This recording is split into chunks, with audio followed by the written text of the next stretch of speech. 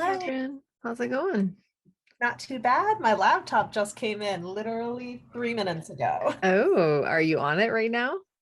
No, No. because I'm here instead. I have to like set it up all the way. So Oh, well, that's exciting. it Um, was Leanne, is that her name? LA anyway. She called or she texted me and said she couldn't come today. So it's oh, just you and me, ooh, exciting. one-on-one coaching. Yay. So I sent you a you know a follow-up checklist. Yeah. Are you frozen? I think you might be frozen. No, wait. There you are. Oh, Oh, okay. frozen Wait. again. Oh, yeah, I hear you now. Yeah, I sat there. I was like, no. You were like, I sent you. And I was like, what did you send me? I think I sent you the just to follow I up like might have to. a new checklist, didn't you? Oh, okay. Did I? I think so. Let me check my Yeah, email. I'm looking for it too. Because the one I saw is all right, I'm just gonna search for you, Catherine. Yeah, that's how I look for you too. I'm always like, Mhm. I look by the name. All right. Group And I might have to coaching. disconnect and connect with my phone Okay. because I think it's just the computer doesn't like to hook up to the internet anymore. Okay, so the last email I have from you is the 30th. So Yes. yes, you Yeah. sent me. Your updates. Okay. And your wins. So what are your wins then? You got your laptop today, just now. Yes. That's a Oh my great big God, I'm so win. excited for it. So I have finished almost all of Eleanor's ending now. So I've finished all of the little plot holes. I filled all of that in for her finally. Okay. So I'm super excited for that because I killed off a character. So I had to like remove that from her whole section. So made it better. I think I made it better. Uh-huh. So that's where I'm at with that. I talked to Erin and I talked to my other editor. She can't get me until September. Okay. So But Erin goes, isn't that when it was supposed to be? I was going to hand it to her August so she could have August, September to go through it. Oh, I see. Okay. So Erin says that he would be willing to also do just a quick line, like a simple line edit through when he goes through. Mm-hmm. So he's going to go through it in August. Okay. And And then then is Aaron gonna or is the line editor also gonna do it in in September September? then. So Just then I can, yeah, so I can go through, clean it up because Aaron's pretty quick at it if he just sits down okay. and like plows through it. Okay. So then maybe it'll be cleaner so it won't take as long for her to go through it Uh-huh. either. And Okay. then I will still stay on track. All right. That sounds great. Yes. Cool. So that's where I'm at. I've So, got to go ahead. oh, I was just gonna, did you send it to Aaron for the diagnostic? Or you haven't done that yet? Not yet. So I'm going to Okay. send that August. He's going to do the line and diagnostic at the same time. Okay. All So right right. now I'm going to work on finishing Theodore. So I just have to go through and remove the character who I murdered Okay. from from his scene. Uh-huh. And then I just have to fix the first two chapters because they're really like the whole thing's all passive voice and like here's all of this background information that you really don't need for the character. So we're take out Theodore's, I'm gonna say Theo, Dead character. dead Oh yeah, character. no, his name is Theo throughout too. So Take out Theo.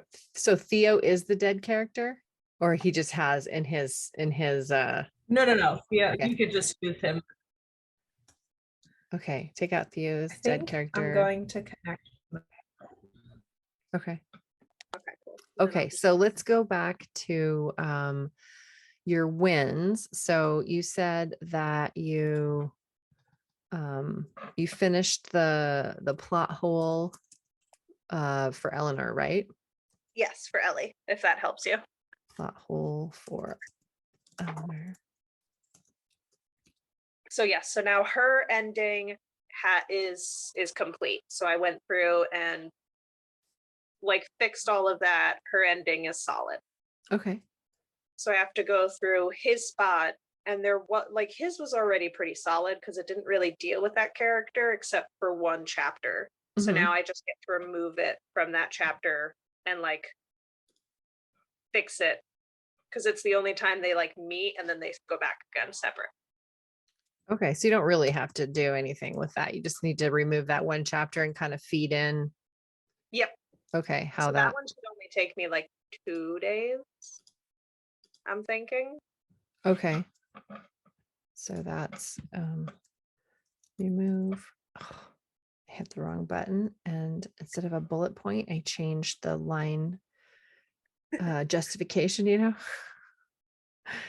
So it was all the way on the right. Okay, so remove dead character chapter. I swear, it's every time I'm on a Zoom call, every car and motorcycle decides to drive past my house. Oh, I couldn't hear it, so you're good. It's like so loud outside. I'll get people who mow their lawn, like the fire trucks will come by, and I'm like, really? It was quiet for like 3 hours here. And you scheduled with both editors. Yes. Okay. Excelente. And you got your laptop. Yes, I'm so excited. As soon as we hang up, I know we can end early if you need to. Oh, it's okay. I don't mind this. I just like I'm sitting over there. And it's funny too because it's in a box. And the cat was like, "Oh, you put a box on the bed," and had walked over. And I was like, "Get out of the box! Get off the laptop!" The cat thinks you're weird now. Oh yeah, she's left the room already. She's like, "You are weird. I was just playing with it." So what about one of the tasks was to, I guess this really wasn't a task to do, it was more like a mindset, I guess, was to separate your writing time from client work time in your planner so that Yes, you could. it's been going well. I've actually filled out my planner, and it felt good to fill it out Nice. for a week. And then I almost had to cancel this meeting because I had a client who scheduled for 3 o'clock today and then messaged me and she goes, "So I'm in the ER because I spilled hot boiling water over my hand and I can't make it today." And I was like, feel better. Yeah. Oops, I didn't write it down in my planner. So Yeah, I was like, that's okay. If you feel better, we'll reschedule. so do you use Acuity, Calendly? What do you I used the use? Calendly, and Okay. it was just that I didn't write it down in the planner. So I Mhm. have it in my Google. Right. Like I'm getting better at doing the two now. Yeah, I used to so when my kids were really little, there were lots of doctor's appointments and swimming lessons and I was just driving them all over the place. And so I had to carry a planner with me so that I could write down appointments as I was making them, out and about. And then I had like the big wall calendar at home. And so I would frequently like sync up, this was before Google Calendar and stuff like that. So it was all analog. And yeah, so there was almost several times a week I would go in and if I couldn't do it several times a week, there was certainly one day a week where I would definitely go and sync up the calendars and make sure they both said the same thing. So Yeah. So I'm getting into that. I actually have my normal calendar that I also need to put up on the wall. Nice. So that helps too because like I have a cheat code for like certain letters mean certain things for me. Mm-hmm. And then I'll put that up there on that calendar and I can look through and be like, "Oh cool, we have podcast today, we have article due, we have all like Mm-hmm. all And you can see it all in one spread, which is really nice. And you can plan ahead too. When you're doing your weekly planning, you can look at that monthly thing and be like, oh yeah, Mhm. So And then for the weekly one, I'm putting it in more detail. So I'm like, this is the article that's due. So I can look at right. it and be like, who am I supposed to interview? Yeah. That's As soon as I exciting. I have them, love planners. I go through phases where I'm Mhm. super addicted to them, and then suddenly I drop off the face of the earth from them. That's totally normal. That's The totally only one normal. that seems to survive is the Google Calendar. And yeah, whatever works. With ADHD, I think, you have so many tools in your toolbox and you keep revisiting them, and this one doesn't Yeah, work all the time. And so, yeah, you just have to do whatever works when it works. And indeed. yeah, and I think that the thing that rankles me is that whenever we come up with a system that works, we're all excited and like, oh, relief sets in, and we can do our other jobs now because we're not thinking about this other stuff because it's all planned out and whatever. The system is working. And then something changes and the system no longer works. And we have to start all over, which is just frustrating and stressful too, Mhm. especially if, you have other complicating factors, the neurodiversity or aging parents that all of a sudden need your help, or somebody gets sick and you have to like work another shift, or boiling water, ER stuff. Just throws everything out of commission and you have to start all over, which is Mhm. frustrating, but I totally get it. I think that's probably why I get so obsessed with the planner because when all else fails, the things that help me like reground are morning journaling. I sit down with my cup of tea and I journal, read my little day book and just do something. And I'm also doing Jay's life quest journaling too. So just sort of like merge that together. So I do both of that. And that, but it's just the sitting down with the tea and journaling, whatever version of it is that day. And then the other thing that keeps me grounded is the planner. Sometimes if I just feel totally whacked out or tired or, just restless or discombobulated or whatever, I'll pull out the planner and start looking at like what's coming up, what do I have to do today, and I just start, it's just a grounding thing that works for me. Those are the two things that I fall back on when things get chaotic. What do you Nice. do? Do you have any grounding things when you get off track? I wish I am a sporadic person. So I'm all over.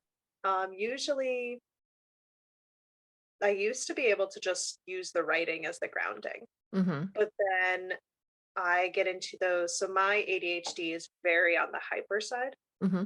And I'll get like so excited about what I'm writing or so into the scene that I then can't sit still Mm-hmm. to even write it. So I need to like get up and go do something, which like breaks everything that I was working on. But I'm like, I can't sit still to write this because Can you I'm use so, a yoga ball to I do. move while you write? It only lasts still for so long. Right. So Um, so there's that. And then getting up and just stretching. And then can you sit back down again? Or do you get distracted when you stand up and then you can't get back because you just forget what you were doing? Or is it have to be a long enough break to get the wigglies out and then get back? it's usually takes about an hour. So Okay. I'll usually put on music and then go dance in like my kitchen Uh-huh. unless my roommate's in there. And then I don't. And then I just stand in the kitchen listening to music and like waiting for him to leave. But he also knows it at this point. He's like, yeah, I'll leave you alone. And I'm like, bye, thanks. I gotta do it. Okay, cool. So dancing, that's awesome. That must make you super healthy and strong cardio and everything too. I read that it burns tons of calories. Now that's something to dance about. Sorry. My Google thing has just started to talk to me. That was weird. I wonder what I said. That I don't know. But it was telling me how good it is to dance. So thanks, I guess. That's awesome. Reassurance from technology. Right? You go, girl. Dance in the kitchen. Dancing in the kitchen. Yeah, and using do you have a yoga ball? I do. Okay. So Are you I on go it? back Are and you on it forth. right now? You're No, I'm wiggling. on a spinny chair, A which is spinny why chair. I keep spinning. That's cool. But usually that's why you'll see me doing like a lot of the crocheting stuff Mm-hmm. because at least it keeps my hands busy and then I'm just sitting still Mm-hmm. for like whatever Zoom call I'm in. But then I feel bad because I'm always looking down. And I'm like, I'm paying attention. I Yeah. promise. I just can't sit still. Okay, so yoga ball, dancing in the kitchen. Okay, so if it breaks your train of thought or the writing anyways, have you tried dictation? Does that like bring you joy at all?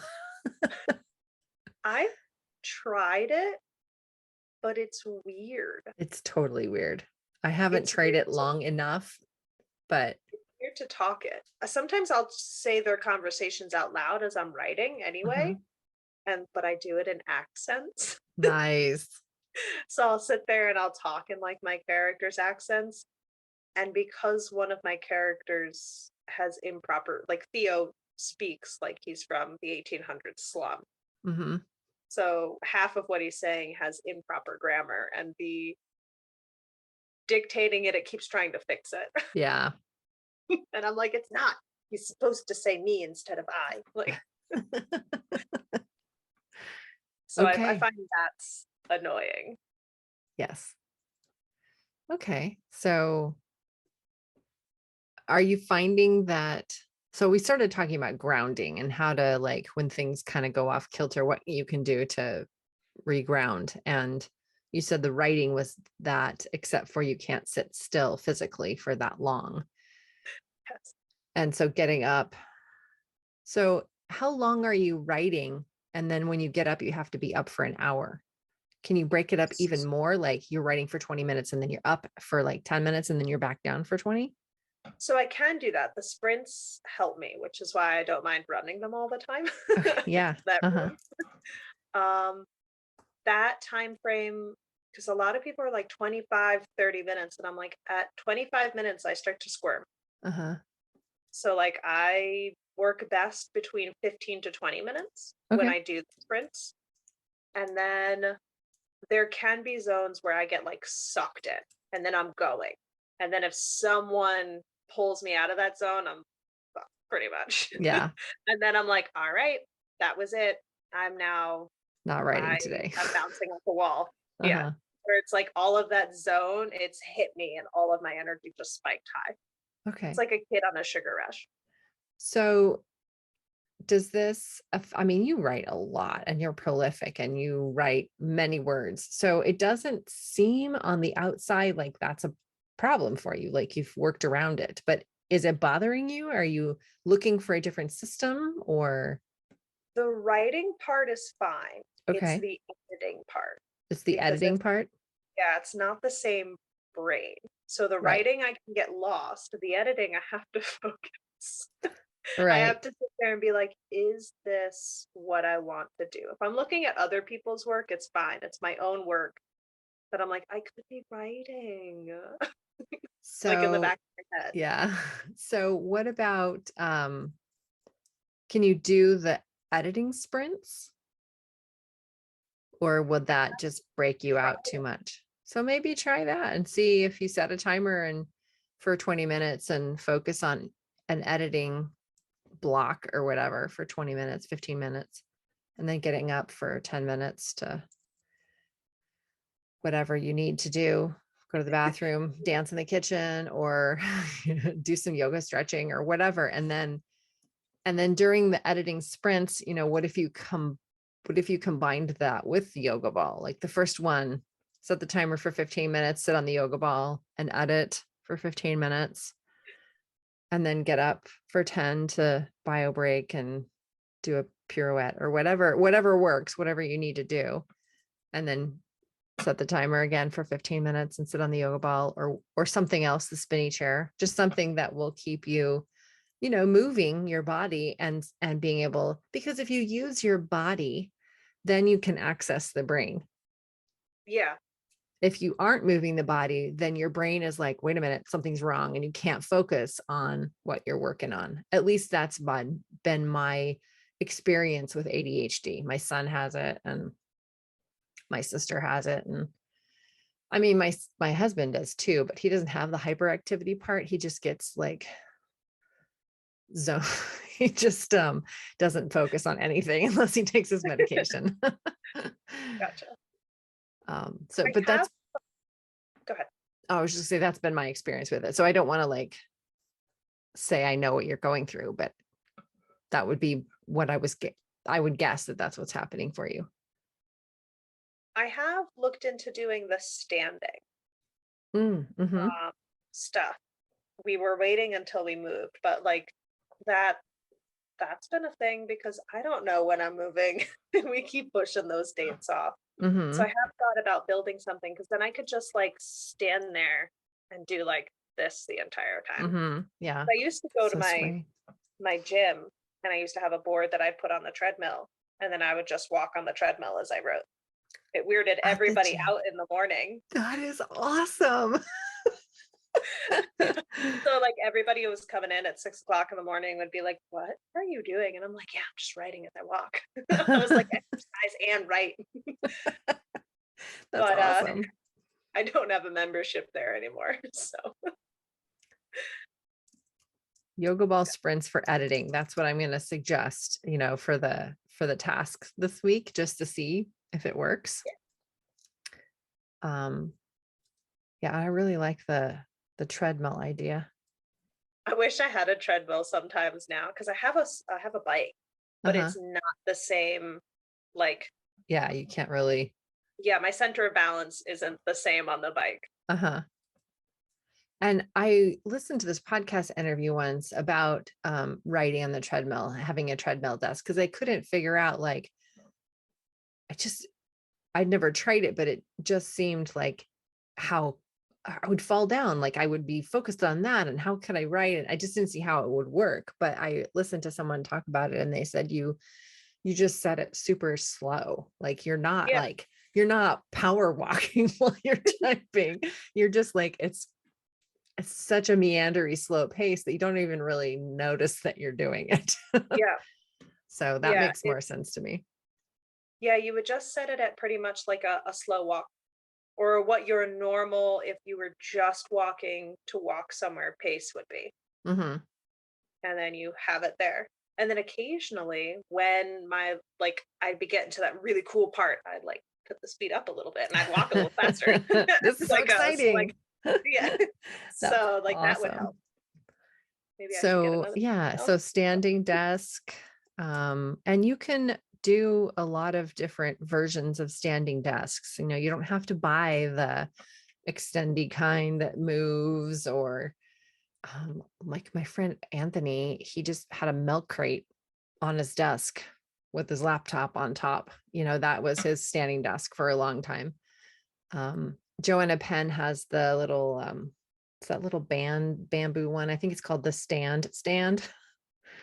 It just folds flat. It's like in 3 pieces and Oh, nice. there's a bunch of different ones, but that one she would take it to the coffee shop with her, and just set it up on the coffee and then stand at the coffee shop and do it. So I don't know. I mean, that would be certainly more cost effective than Yeah. the kind that my husband has a standing desk, and it's the kind that you clamp it to your desk, and then it has a mnemonic. You can just raise it with your fingers and down, so you can bring it back down to sit if you want, and then raise it when you want to stand. So you can set it for how tall you are too. Like those kind of mnemonic ones I think are awesome for the variability of sizes, you know what I mean? Like, whereas the stand is just as big as it is, and you would have to like put it on stuff to make it as tall as you needed it. Because you're taller than I am, I think. I can't remember. I am 5'6.5". Yeah, I'm 5'4.5". 5'5" if I do yoga. I'm taller when I do yoga. As I tell people, I'm 5'6 3/4" in the morning. By the end of the day, you're like all the sitting. That's why yoga, because all the space in between the vertebrae happens if you're doing yoga, stretching it Nice. out. Okay, so your wins are you fixed the pothole for Eleanor, you scheduled with both editors, you got your laptop, you filled out your planner for the week, you've been dancing in the kitchen, and you know that the sprints are working and helping because you can do them for shorter periods of time and not lose that like flow state as much as when you have to break for a long period. So anything else that you wanted to celebrate this week or the last 2 weeks, I mean? Um, I mean, I got all the articles for August all planned out. I haven't Nice. set up all the interviews, but But the planning part is what takes the long time, I think. You know, the execution of some things are much faster than the planning part, I found. So you so yeah.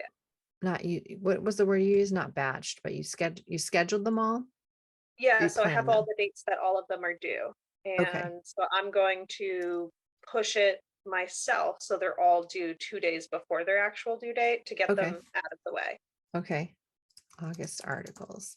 And you also, I want to celebrate your podcast. Oh yeah. Yeah, I've only listened to the zero one. Do you have one actually launched today? Or I saw Yeah, in so it's the Slack somebody was introduction of talking me. about it.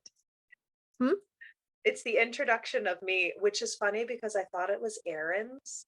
Because like we both did one where it was like, hey, meet me. And I thought his was going first. So everyone was like, it's so nice to meet. I was like, what are you talking about? And then I went and I was like, oh, episode 1 is me. Podcast launch is a great thing to celebrate. That's really exciting. I can't wait to go and it's definitely on my podcast catcher now. And I really love, I'm super curious about how you're going to run this podcast, because when I was trying to rebrand mine and try to figure out what, spin to go on my podcast, I thought about the editing or like, what, because you want your content to hopefully provide clients. I mean, that's why you're doing it eventually. So what is it that, you were working with me trying to figure out like, Mhm. and the editing niche, I just didn't know how I could make that be a podcast episode. So I'm super interested to follow yours. And you have a kitty. I Is do. that what's distracting you? It's Does like she want to food, sit in your lap? probably. What's Oh, is yeah. it a he or she? I forget. It's a she. What's her name? Kalich. It's the Celtic goddess of death and destruction. All right, Kalich. She's a big one too. Oh, I love her green eyes. Blink. Nice. Okay, so I got distracted. Let's see, what was I talking about? So the podcast for Oh us is yes. interesting because we're doing it from, well, we look at editing in such a different way. Mm-hmm. So it's really cool. We've done a scene analysis already for somebody, Mm-hmm. and I'll be on your podcast anytime if oh you're yeah, looking for. we do both interviews and scene analysis. So you let us That's know when really you cool. want. I can't wait to listen to it. I will listen to it today. Okay, so podcast launch. And so this week you want to remove the dead character chapter Yeah. and maybe look into some sort of a standing desk option to try out just to see. And you can always do the milk crate approach first, with your laptop and just see if this is really great. I want to invest in, something more permanent or whatever, but you can give it a shot and see if that helps with the editing part. Because it sounds like you said, the writing part is fine, but it's the revision part that is clunky, maybe. Yeah. Okay. Let's see. Separate writing time. We kind of sort of did that. Do you feel like that's done? Should I cross that one off? Yeah, that one is pretty easy. I can fall into writing within like if you have a 5-minute break at work, I can just pull out and start writing and then shut it off and like continue later. So my writing part is good. It's the editing part. Okay. All right. And then schedule, you did that. Um, schedule time with Erin for the diagnostic. You did that. Mhm. Finish Eleanor's plot wrinkles and the manuscript to Erin for the diagnostic. So you haven't done that part yet. When are you sending it to Erin? So I'm sending it August because I'm going to do a passive go through Okay. to try to remove some of it at least before handing it off to him because he's going to do a bit of the line and And you're going to diagnostic. do that with AutoCrit? Do a passive Yeah. report with AutoCrit? Okay. Not AutoCrat. Crit. That's how I have to remember how it's spelled too. I'm like, it's not with an A. What are you doing? And then turn manuscript into Erin in August 1st for diagnostic. Exciting and terrifying at the same time. I know. You know, I had my I'm further along enough in my memoir that I did my own diagnostic on this one, which I don't feel like is a good idea generally, but just for this particular book, I did my own diagnostic and then went through and did the rubric changes. And now I'm doing the writing scenes workbook. That's where I'm at right now in mine. And then I do have my I scheduled with my line editor for October because I have to say you're very inspiring. When we started this group coaching and you said that you wanted to have your book done, by December 1st or 2nd, I had in my head, well, first, I wanted my book out this summer, which totally is not happening. And then I was like, well, maybe by the end of the year. And then I was like, okay, let's be realistic here with all the other things that I'm trying to juggle at the same time. Okay, it'll be by my birthday, which is March 27th. So by spring equinox, I wanted to have the book published. But when I first started talking to you, I was like, all right, you can totally do this. And you inspired me to recommit to having it out in December. So by the end of the year, I'm going to have mine published too. So thank you for your inspiration. So we're scheduling at the same time. We're both like, okay. So I've got my line editor scheduled for October.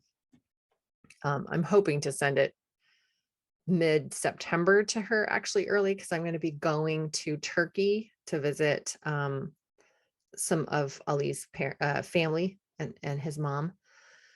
And that'll be September 24th that we're leaving until like October 10th or something. So I wanted to be able to turn it in before I left, but that gives me an extra, weekish, like if I have it on the airplane or doing last minute, like blah, something, at the kitchen table in Turkey or something like that. So I gave myself like a week of grace period there, but yeah, I want to have it in by October. So you're going to be August 1st for diagnostic and I'm going to say line edit pass. You know what that means. Yeah. And then what else do we want to do here? Passive voice with AutoCrit. How many in September will go to the other editor. What's that? So September it goes to the other editor. Okay. And then I've started to build my street team with a few of the people who had. So my alpha reader is like, send it to me. I'll get it out on the Canadian side. Oh, cool.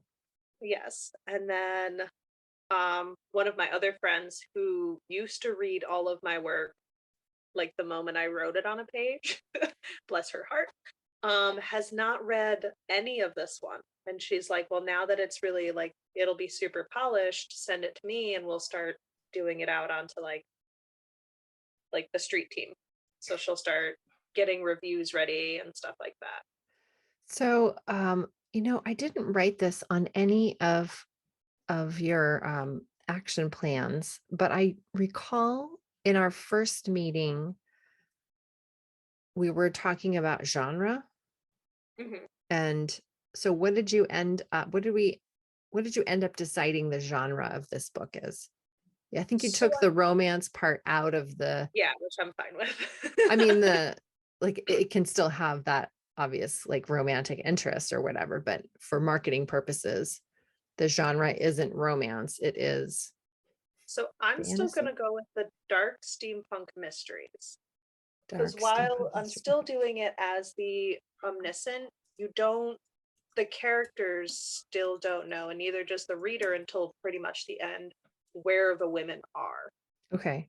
So they're learning where the slave ring is with the characters. So they're trying to piece it together the same time they are. So even Mhm. when I have the villain scenes, they're not giving away where it is.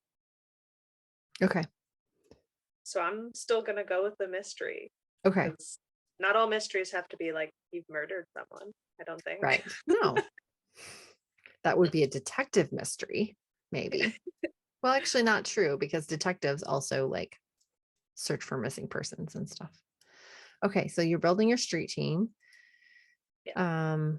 For dark steampunk mystery. Okay, so you've got some and by street team, are you talking about like advanced readers that will put reviews up at publication time? Yeah. Okay. So they will help do cover reveal when I'm like ready for it on social media. Oh, So stuff like nice. yeah. Never thought about the street team doing that. I just always thought street team was like, just the arcs, just read it and put up a review, but I never thought about like someone else doing a cover reveal. Mhm. Cool.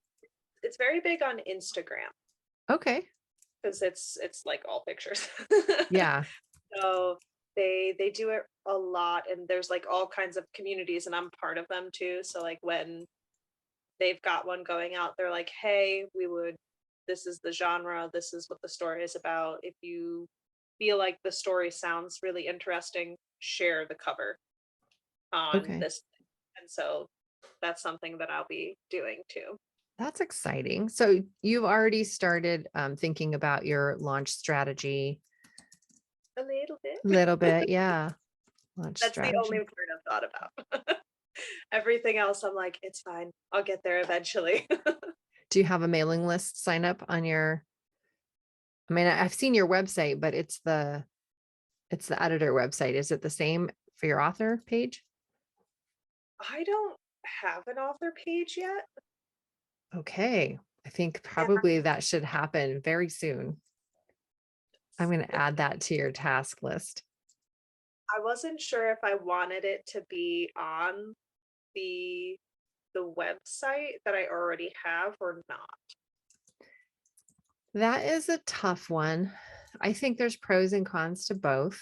I have both an editor, like an author service one and an author because they're for two different markets, one are for readers and one are for writers. Yeah.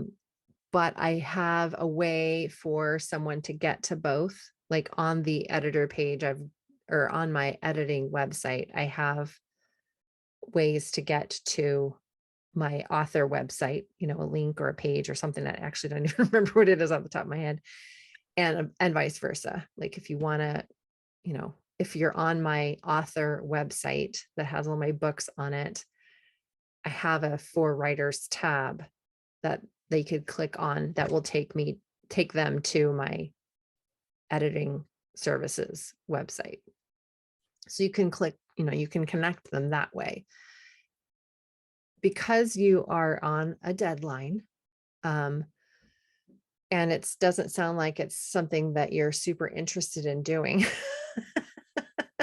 You could just make a page on your existing website for right now, just as a place for really what you need to be doing right now is collecting those email addresses. So anybody that's on your street team should be on your mailing list so that you can easily contact them with one email saying, okay, it's cover reveal day. Everybody put up your post on Instagram and whatever, that sort of thing. And that's the kind of marketing that you can be doing right now while you're writing your book and editing it. So So at would you least put a page on your website, um, for, do you have a cover, right? You have a cover designed? not yet? Oh, So okay. I bought the cover when Jay had put out the 99 deals or the Okay. 99. Yeah, you know what I'm trying to say. Mhm. I've heard mixed results about them, and I know I've talked to some people about what's important to put on a cover, and it's only supposed to be important to grab a reader. But there are a few things that to me are important to like stick to like my branding. So In terms of what? Images or font or, the images. okay. So my character's clothing is historical, and I Mhm. spent a lot of time to make sure that they remained historically accurate throughout the story. Mhm. And I want it to be historically accurate if we put it on the cover. What is the year? So it's the 1880s, technically. Okay. Because steampunk It's, is like Victorian, right? Is that yeah, so they can span the entire 1800s, but okay? in mine, the bustle skirts are just starting to come into fashion because, like, the male main character makes fun of the fact that, like, why do you need to have all of that? Okay. 1880s. So, yeah, Okay. so it's just starting the height of the bustle dress fashion. Okay. So to me, So it you would be could important. have, yeah. So have you contacted the cover designer at all? Not yet. Okay. So when you do contact a cover designer, whatever onboarding process they have, they'll be probably pretty specific about it, fill out this form or whatever. But whenever you get to the place where you can actually just write what you're thinking, I would definitely put that in. Like, if you're gonna, so here's the genre, here's the vibe, here's the theme. Sometimes they want to have a synopsis, but most don't. They don't really need that, but you can just put a couple of, paragraphs, like maybe the book description. I mean, they'll need that anyways if they're making so give them the book description so they can see what it's about. And then you can say, like, I want to have a woman on the cover in a bustle dress, from the 1880s. If you're going to have a figure on the front. But I would lean towards whatever is the standard, I guess. I mean, if you go on to Amazon and look for steampunk, what do the covers look like? Have you done that part of your research yet? I have. And Okay. it's mixed because of the fact that they'll do the costumey is like steampunk outfit. Mm-hmm. So the front of the skirts are really short and they're showing the Oh, I garters. see. I see. Yeah, and I'm like, that's not, and the corsets are on the outside of the clothing, and I'm like, that's not the Mm-hmm. style. I was So, So it's more of they let wear 'em- the historical garments, but they're embroidered with the gears. They've got uh-huh. the keys across them, so it's got that in the style. And then their world is more of the clockwork and steam. Sorry for the noise. I'm going to mute. So I didn't hear anything, so you're good. Okay. So, okay. What are the other covers? You said there were like two, they're mixed. There's the costumey one And with then the you've got clothes. the dingy backgrounds. So they're either like super gray or super brown. Okay. And that's what I've seen. So, and most of them apparently are all romance. So like there's a really large genre for the romance section. So you always have like her in her big busty outfit Okay. and then like the guy. So I was like that, yay, I guess. But I also don't mind making it look more like it's a traditional published book where you've got small elements of the story mixed around. Because I've seen those, and honestly, those are the books that I kind of gravitate towards when I look at a cover where it's like that, like, oh, not quite like this one, but it's got like the elements of what was in the story. And then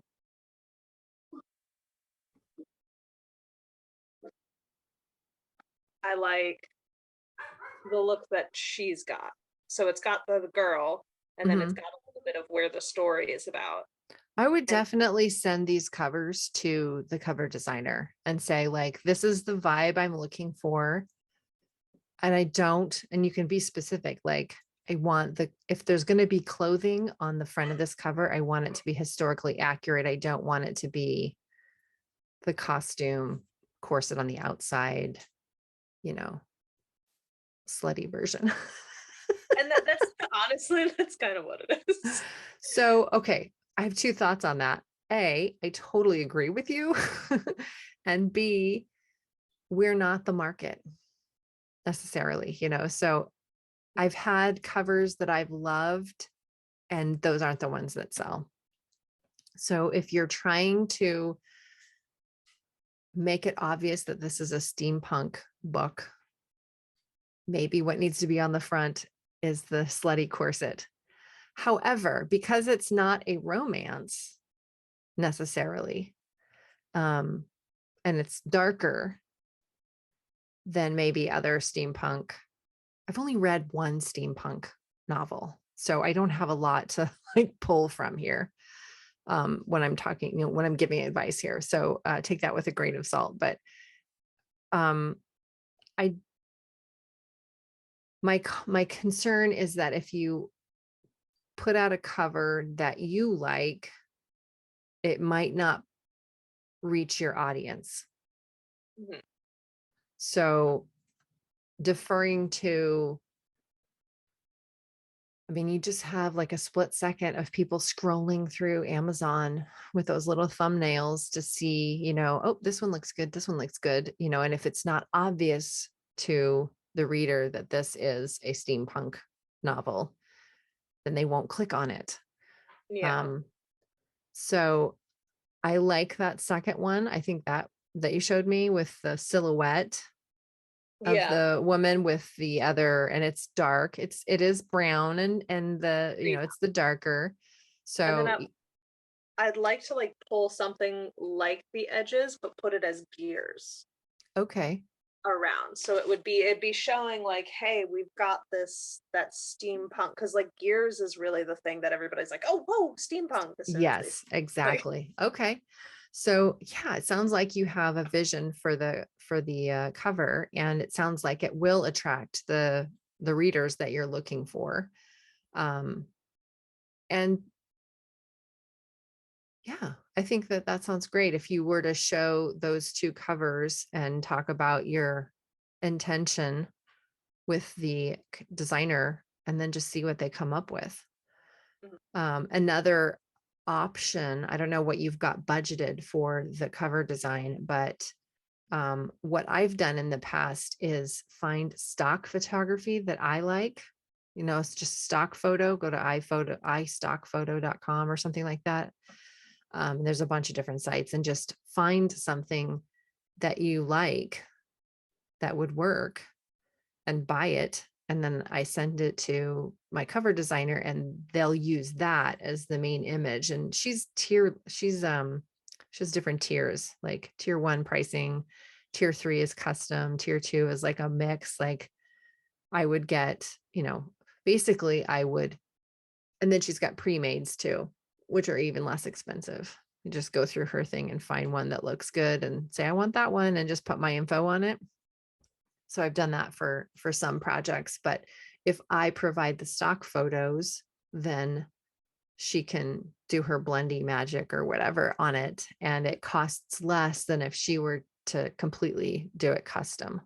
So I don't know, those are a couple of different options. You could find something that was geary, or image, or just doing your own research and then giving them as much information as possible. So it sounds like you've got a lead on a cover designer, but you're never used them and unsure if they're good, or you're having a bad experience with them already. What is the So Jay had put up the 99 covers when he did the deal, and I landed up buying the deal. So I Mhm. got the paperback, a hardback, the E, and I think it was like two of the other little things, and I got them all for half off.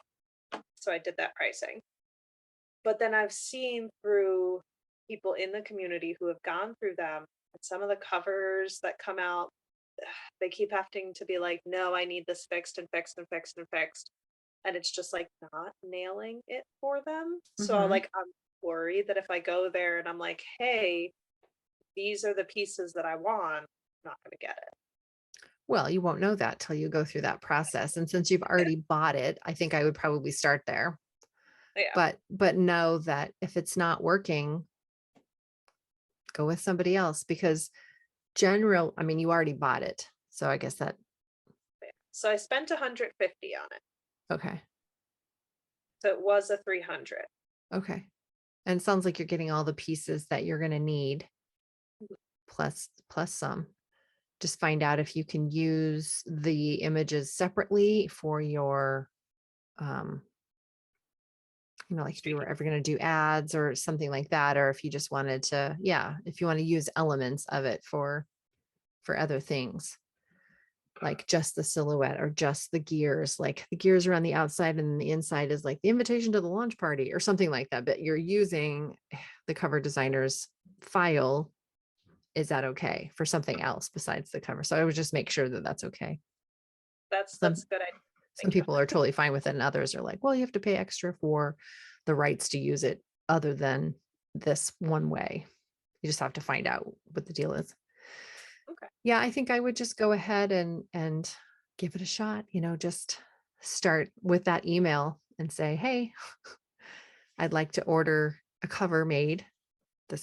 These are the elements that I want, and just find out, okay, here's what I'm going to do. I'm putting it on the task list right now. Okay. You're going to, is it a website or is it an email? Do you have a direct email or is there a website that you go through? So it's the website and I already have it started. So when I bought it, they were like, come back to this exact page and we'll get it started when you're ready for the book cover. Okay. So, And then you fill out a form with them. So they'll have you send pictures if you have picture ideas. They are like fill out as much as you can so we can understand what we're trying to build. perfect. Okay. So that can be your task. Just go and fill out that form. And that'll probably take you, it might take you an hour. Because if you're like thinking about it and finding all the pieces and getting the picture of the book cover downloaded to your desktop and then uploaded to the form, and you know what I mean? Like I would set aside an hour for that in the next 2 weeks. Okay. I 1 can do that. hour. Okay. And then collecting mailing emails. Do you have a, I was gonna say lost leader, but that's not what I'm really meaning, but something like a reader magnet planned out? I have thought about things, but I haven't planned a reader magnet. So I do know that eventually I wanted to, because the book's called Scandal's Pen, and what she does is she writes to the audience and like explains scandals. And I had thought about doing something where you're getting messages from Scandal's Pen and she's like telling you like different scandals related to like the book. So I just haven't thought about it. So no, I don't have anything. So the character Eleanor she writes a column or something? Scandal's Pen. She's a So she gossip columnist or something like that in the 1800s. Okay. yes. So she creates pretty much the gossip column in order to So this is like like Bridgerton kind of, like that. yes, Okay. actually. Yeah. Okay. So do you have those in the book at all? Yeah, so you have several in the book that pop up that she like her style, like the book style shifts because you're in her Mhm. writing perspective. Right. And she goes through the scandal where she's like, have you heard? And it's literally like girl gossip. Hmm. Where it's So like, writing one for as a reader magnet, is that what you're talking about? yeah, so Bridgerton, weirdly enough, thanks guys. I mean, I wrote my book before you, but they have the scandal person will post things about the upcoming season or like stuff like that. And I was thinking of doing something similar to that where it's you're getting it from Scandal instead. So she's put a post onto Instagram or she's put a post through the email. I don't think that's the reader magnet. No, no, no. That's good launch material though. I like that. Launch strategy. Her name is Scandal, the unknown. Yeah, It's Eleanor that's doing it, right? Right, but she writes it and like signs it as Scandal's pen. Okay. So Scandal's pen, which is the name of the story. So like that's how I got the name of the story. Scandal's pen, social media posts. I'm just sort of taking notes for myself. Usually I handwrite them, so it's not obvious, but I'm doing it digitally today. Let's see, what else was I going to ask you? Okay, so we were talking about reader magnet. So Scandal's pen. I have thought about doing artwork, possibly getting someone to do some artwork for me because Theodore does draw and make blueprints of like designs and things that he thinks of like inventing later on. So I could do something like that where you're seeing small glimpses of the world in pictures because I don't have any pictures for the story. So you could have maybe Theo's sketchbook. Yeah.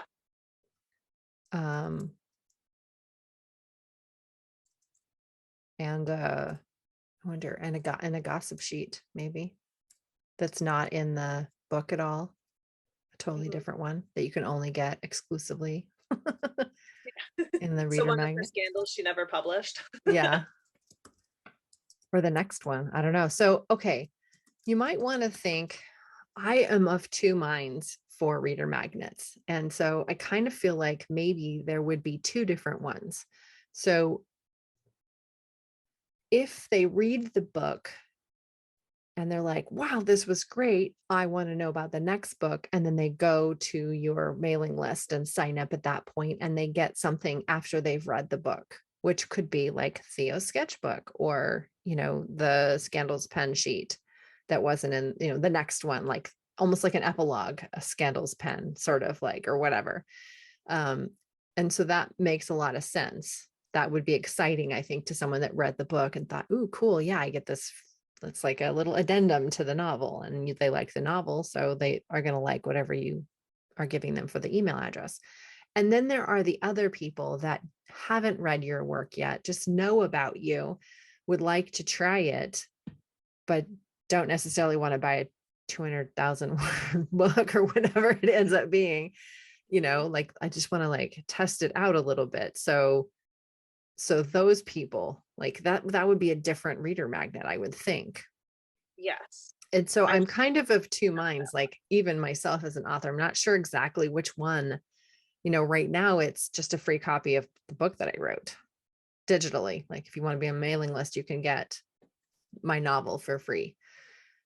But I'm going to change that, I think, when this memoir launches, and I'm going to make it an epilogue to the novel. So if they read the novel and then they want to be on the mailing list, then they can get the Kyle epilogue. That was an epilogue for a character that sort of like dropped off towards 3/4 mark, and then you never really know what happens to him.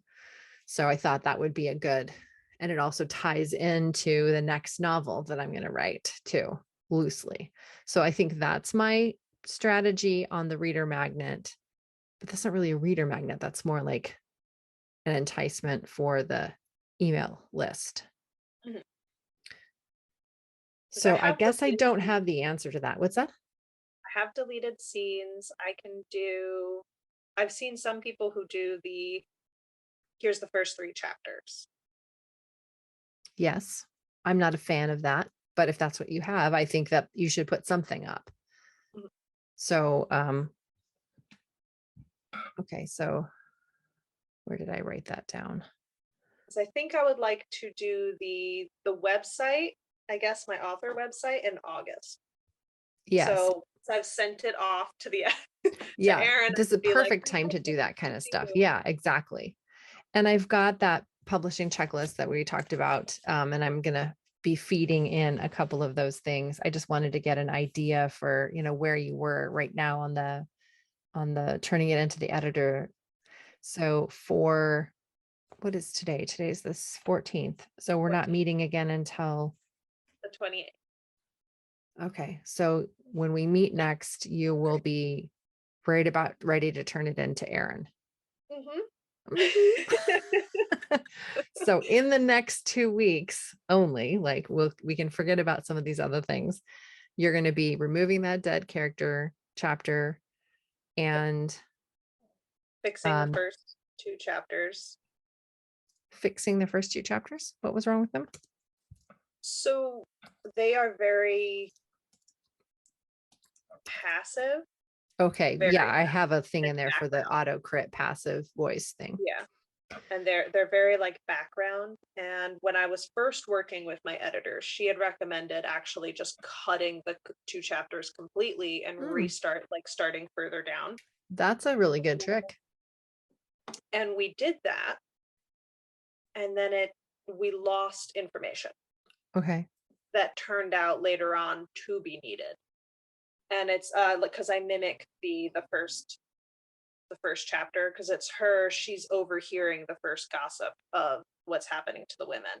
Okay. And later on, when like she has her dark moment, she's overhearing gossip again and decides to like close the door. She's not going to do it. Okay. So like I needed to have that mirror again. Right. So I have to go back and refix the chapter. Okay. I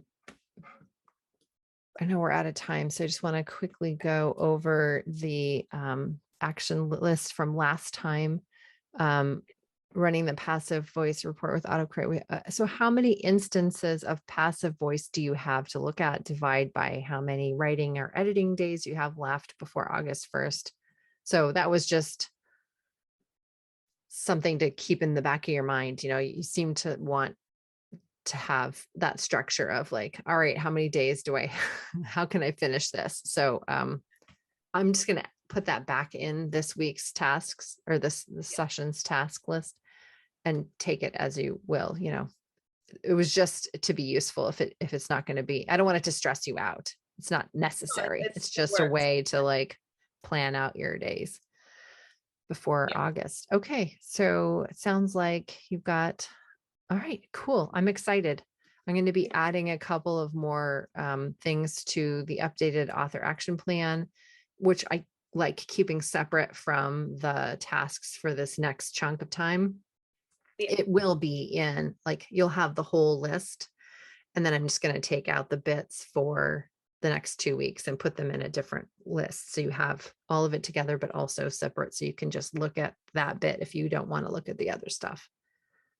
Has that been working for you, or is it still too overwhelming to see all of the list? That works for me. Okay. Cool. Awesome sauce. Anything else that you want to say before we hang up? Thanks. This was fun. I didn't mean that. I just meant, is there anything I'm missing? Like I need to add to the list? No, this helps. It does. Okay. Is there anything I can do in between time that we're meeting for you to help you? Remind you or something? I'm good. All right. Rightio. It's been fun. Yes, thank you. We'll see you in 2 weeks. All righty. Bye-bye.